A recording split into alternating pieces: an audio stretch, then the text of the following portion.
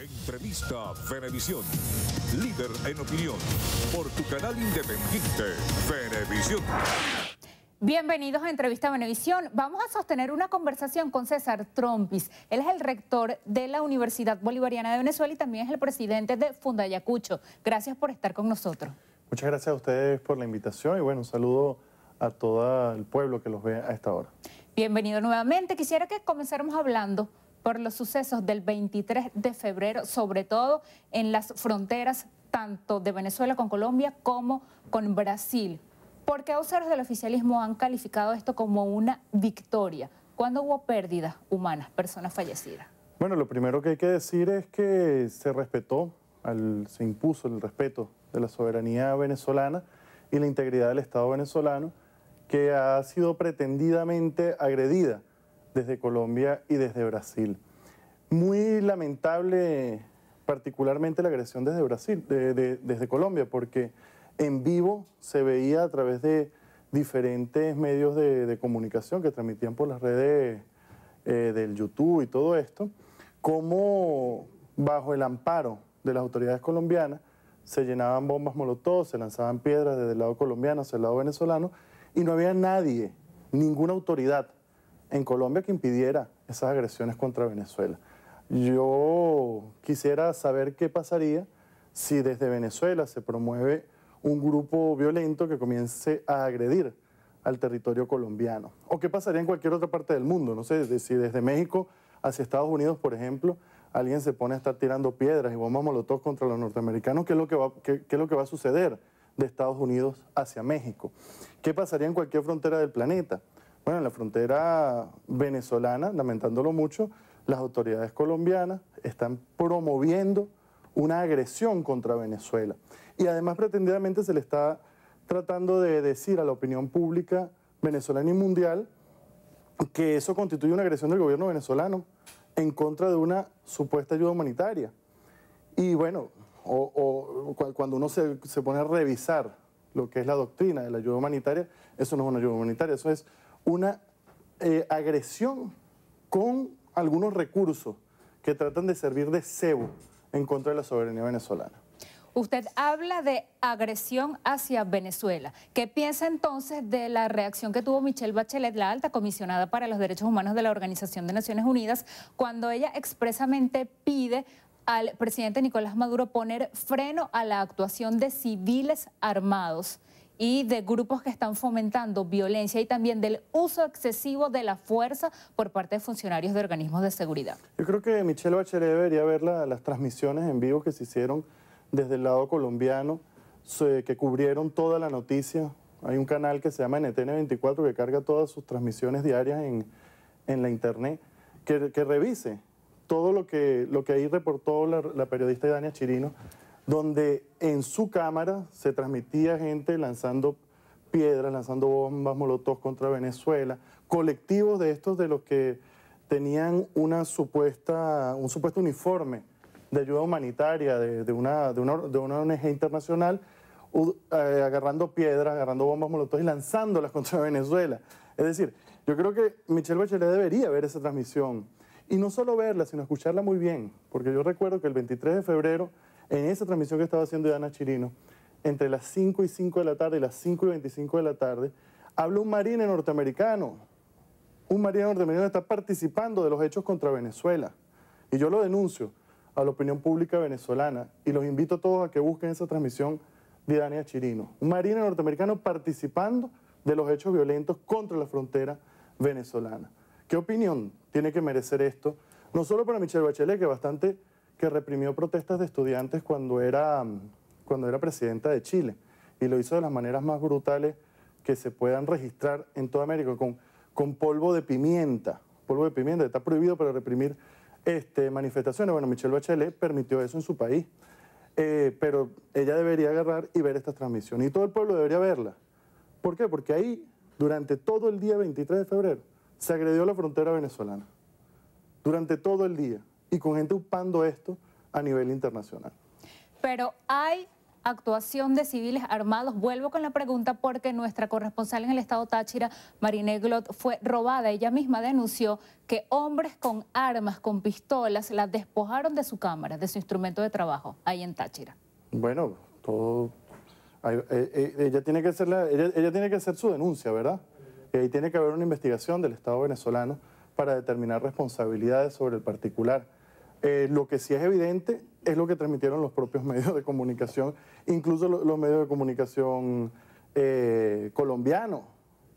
Los medios de comunicación colombianos que estuvieron ahí todo el día, transmitiendo cómo hacían bombas molotov, cómo tiraban piedras contra Venezuela, cómo empujaban un camión contra Venezuela.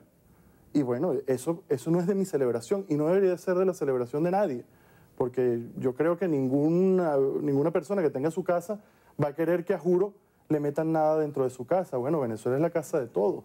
No podemos permitir que metan a juro absolutamente nada a nuestro país con pretendidas ayudas. Es decir, alguien porque quiere ayudarte tiene el derecho de meterse en tu casa, romperte la puerta, tirarte piedra y bueno, acéptame la ayuda que yo te quiero dar. No, las ayudas son voluntarias. Los estados deciden si las aceptan o si no las aceptan. Los gobiernos soberanos deciden si las aceptan o no las aceptan. Y particularmente el gobierno venezolano, el gobierno constitucional del presidente Nicolás Maduro Moro, no está aceptando la pretendida ayuda del Estados Unidos de Norteamérica. Se les está exigiendo que desbloqueen las cuentas de Venezuela. ¿Qué sí ha aceptado el gobierno venezolano? Bueno, ha aceptado actualmente una cooperación técnica en ayuda humanitaria junto con la Unión Europea por más de 2.000 millones de dólares.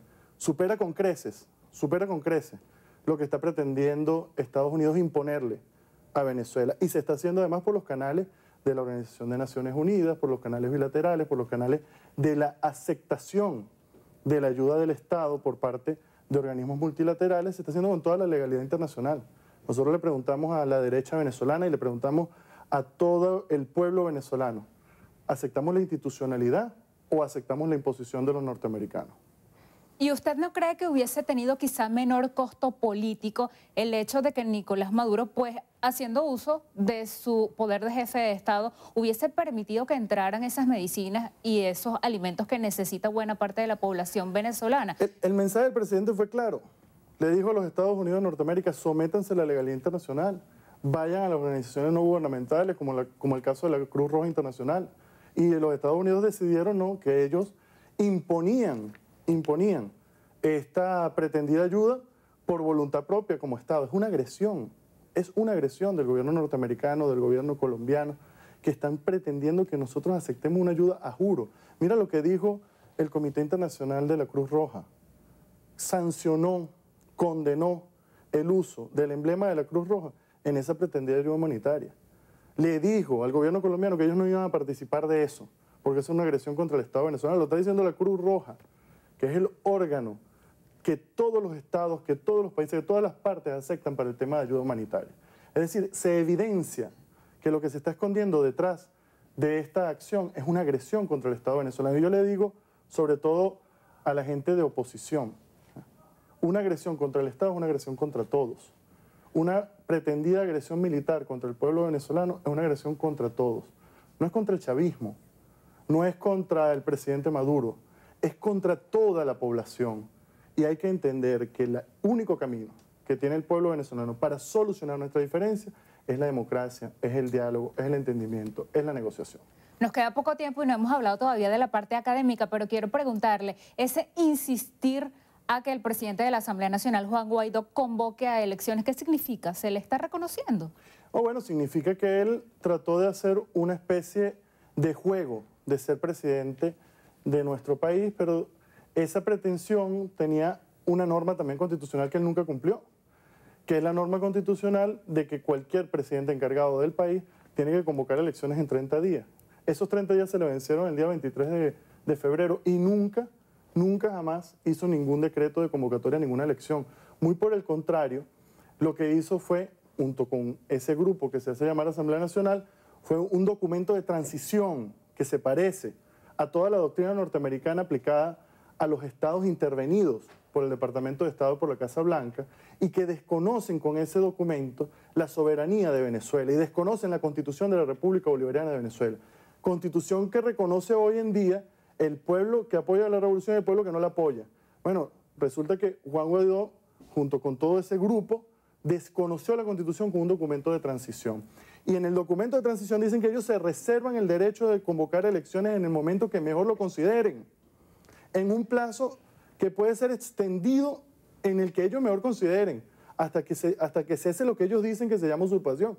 Es decir, hay una deliberada acción de intento de sustitución del poder legítimo de Venezuela por ese documento de transición, cuyo único respaldo, cuya única prueba, cuyo único fundamento es nada más y nada menos que las Fuerzas Armadas norteamericanas y que toda la coalición internacional que se pretende accionar en contra de la soberanía venezolana. Mira, me parece que es profundamente académico decir que Venezuela tiene que conservar, por encima de cualquier diferencia interna de los grupos que aquí vivimos, tenemos que conservar nuestra soberanía, tenemos que conservar nuestra independencia, tenemos que conservar nuestra autodeterminación.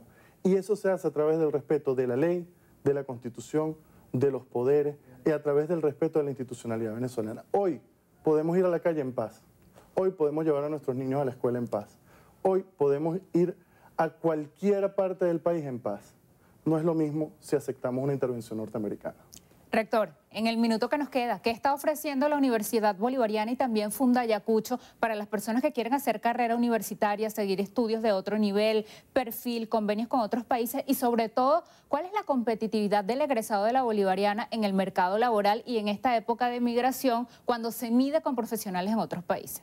Bueno, mira, el porcentaje de efectividad de nuestros profesionales se ve en la demanda diaria que nosotros recibimos en la Universidad Bolivariana de Venezuela para ser ingresados en todo el mercado laboral, tanto público como privado, a nivel nacional y a nivel internacional. Bueno, nosotros hemos certificado una muy buena cantidad de títulos que también han ido a competir afuera, pero destaca de estas dos organizaciones que me toca a mí dirigir en este momento, que son garantía del derecho humano de la educación de nuestro pueblo.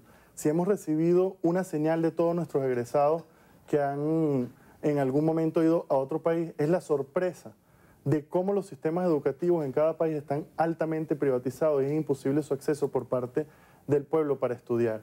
Y lo que significa Venezuela en materia de esperanza para el estudio y para la garantía del derecho humano a la educación.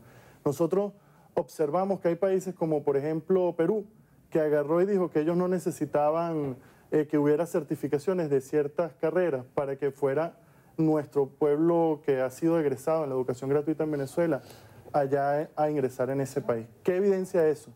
Que ese país, junto con otros países que han tomado la misma medida, lo que hicieron durante los últimos años fue desinvertir en la educación de su pueblo y que están aprovechándose de nuestra situación para absorber en su mercado laboral profesionales que ellos mismos no han formado, producto de la privatización de la educación en América Latina.